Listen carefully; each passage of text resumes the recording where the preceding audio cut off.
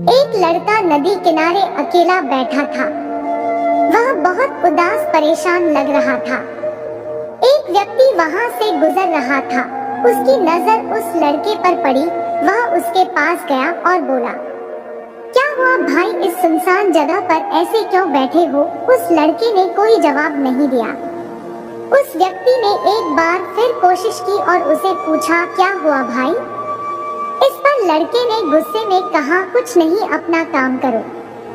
वह व्यक्ति बहुत ही समझदार और सुलझा हुआ था।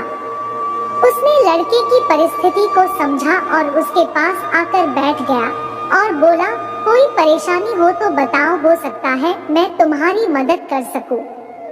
लड़का बोला, मैं मरना चाहता हूँ। व्यक्ति को लगा कुछ ज्यादा ही परेशान है यह लड़का।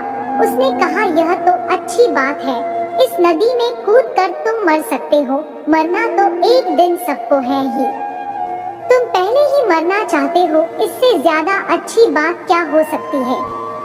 वह लड़का जो भी था उसकी बात पर ध्यान नहीं दे रहा था। अब उसकी बातों से आश्चर्यचकित हो गया। उस व्यक्ति ने पूछा, पर तुम मरना क्यों चाहते हो? लड़के को लगा कि मरना तो है ही, अब इससे क्या छुपाना। लड़का बोला, एक लड़की ने मुझे धोखा दिया है, मैं उसके बिना नहीं जी सकता। व्यक्ति बोला, वह लड़की मर गई है क्या तुम्हारे बिना? लड़के ने जवाब दिया, नहीं, वह किसी और के साथ खुश है। हम दोनों 1 साल से प्यार करते थे, साथ में शादी करना चाहते थे। वह भी मुझसे बहुत प्यार करती थी। फिर अचानक मुझे पता चला कि वह मेरे साथ साथ किसी और से भी प्यार करती है। जब मुझे पता चला तो उसने मेरा साथ छोड़ दिया और किसी और के साथ चली गई। मेरे मन में उसके लिए इतना प्यार था, फिर भी वह मुझे छोड़कर चली गई। मैं यह दुख सहन नहीं कर पा रहा हूँ। उसकी याद मुझे जीने नहीं देती। मैं उसे नुकसान नहीं पहुँचा सकता। हो सकता है मेरी मौत से उसकी आंखें खुल जाएं और वह मेरे प्यार को पहचाने। व्यक्ति बहुत समझदार था। उसने कहा, जो इंसान तुम्हें जीते जी नहीं समझ सका, वह मरने के बाद क्या समझेगा? और अगर वह तुमसे प्यार ही नहीं करती तो तुम उसके लिए मरना क्यों चाहते हो? क्या तुम्हारी जिंदगी इतनी सस्ती है कि किसी के लिए भी जान दे दोगे? तुम्हारे घर परिवार में कौन कौन है? लड़के ने कहा, माँ, बाप और छोटी बहन है। माँ पिताजी दिन भर काम करते हैं और वह भी मुझे हर बात पर डांटते रहते हैं। मैं जिंदगी से तंग आ गया हूँ। व्यक्ति ने कहा, तुम्हारा परिवार होते हुए भी तुम एक अनजान लड़की के लिए मरना चाहते हो तो तुम्हारी मर्जी, मैं तुम्हें नहीं रोकूंगा। पर जब तुम भगवान के पास जाओगे तो तुम उन्हें क्या बताओगे कि तुम एक लड़की के लिए मर गए? तुमने ऐसा क्या अच्छा काम किया है जिससे भगवान तुमसे खुश हो सके? लड़का सोच में पड़ जाता है। इसलिए मेरा कहना है कि तुम मरना चाहते हो तो तुम्हारी जिंदगी के 6 महीने तो वह करो जिससे सब खुश हो सके। अपने माँ बाप और परिवार समाज के लोगों के लिए कुछ करो ताकि मरने के बाद तुम्हें कुछ ना करने का पछतावा ना हो। और ठीक 6 महीने के बाद तुम यहाँ आना और आराम से मर जाना, तुम्हें कोई नहीं रोकेगा। लड़के को उसकी बात सही लगी। वैसे भी मरना तो है ही, तो मरना से पहले क्यों ना अच्छे से जी लेते हैं। यह कहकर वह लड़का वहाँ से चला जाता है। ठीक 6 महीने बाद वह लड़का वापस उसी नदी के किनारे आता है। चूंकि वह व्यक्ति रोज उस रास्ते से जाता था, उसने देखा कि वह लड़का वापस आया है।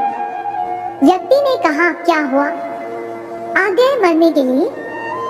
लड़के ने कहा, जब 6 महीने पहले मैं यहाँ से गया था तब बहुत ही उदास और परेशान था। मुझे कुछ अच्छा नहीं लग रहा था।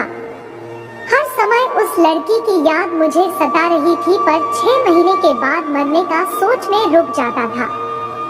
सबसे पहले मैंने माँ बाप को खुश रखने की सोची। पैसा नहीं था मेरे पास तो मैंने मजदूरी की, काम किया।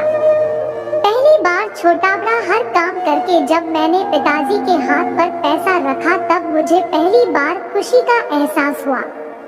छोटी बहन को उसकी पसंद के कपड़े और खिलौने दिलवाए। उसकी खुशी देखकर मुझे दूसरी बार खुशी का एहसास हुआ। जो लोग मुझसे बात करना पसंद नहीं करते थे, मैंने उनको भी मना कर सामने से बात की और सबसे दुश्मनी और मनमुटाव खत्म किया। तब मुझे खुशी का एहसास होगा। दोस्त, परिवार, समाज में मैं इतना घुल मिल गया कि कब यह 6 महीने निकले मुझे पता भी नहीं चला। इन 6 महीनों में मेरी जिंदगी बदल गई। मुझे तब से आज तक उस लड़की कभी याद नहीं आई। वह व्यक्ति मुस्कुराते हुए बोला, तो अब यहाँ क्यों आए हो? लड़के ने कहा, आपका धन्यवाद देने।